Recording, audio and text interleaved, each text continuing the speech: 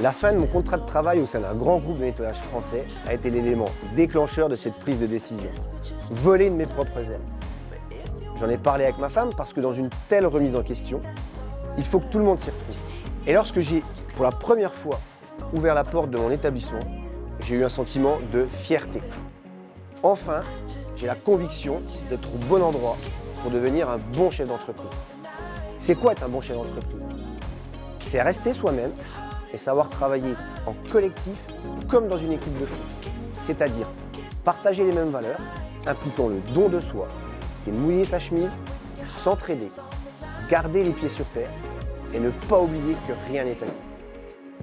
Créer une entreprise, il ne faut pas hésiter. Je l'ai fait et je ne changerai ça pour rien au monde.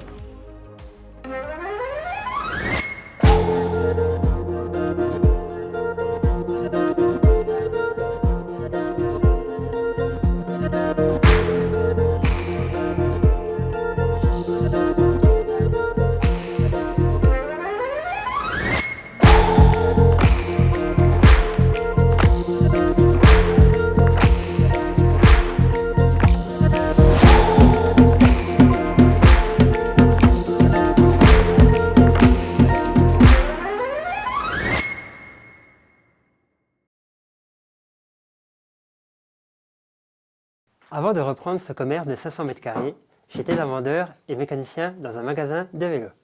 Je suis un véritable passionné de vélos. J'aime les vélos bien conçus, leur belle mécanique et leurs belles roues.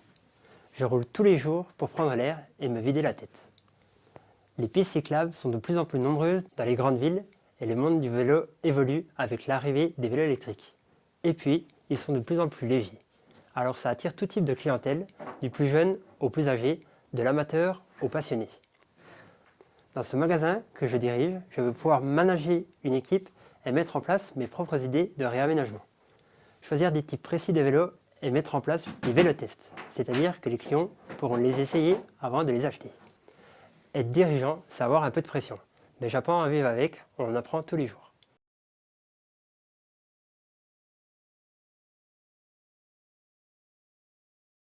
Originaire du Loiret, le bois, la forêt, c'est ma nature. Je trouve que dans ces lieux, chaque chose est à sa place. Et puis le bois, c'est beau. Il n'est pas encore trop anthropisé. C'est un produit simple qui peut être d'exception pour fabriquer des meubles d'exception.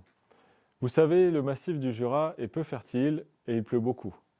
Les forêts subissent de plein fouet les changements climatiques. Il faut que l'on puisse aider les forêts et transmettre à nos enfants la beauté de cet écosystème qui permet de filtrer l'eau, l'air, etc.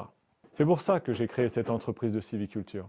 Si on reste seul, on peut vite perdre confiance en soi. Et moi, j'ai eu la chance d'avoir rencontré Réseau Entreprendre avec des personnes qui ont pu m'aider dans mes démarches. J'ai trouvé des financements, mais il manque des bras. Il ne faut pas hésiter à se lancer quand on croit en ses idées.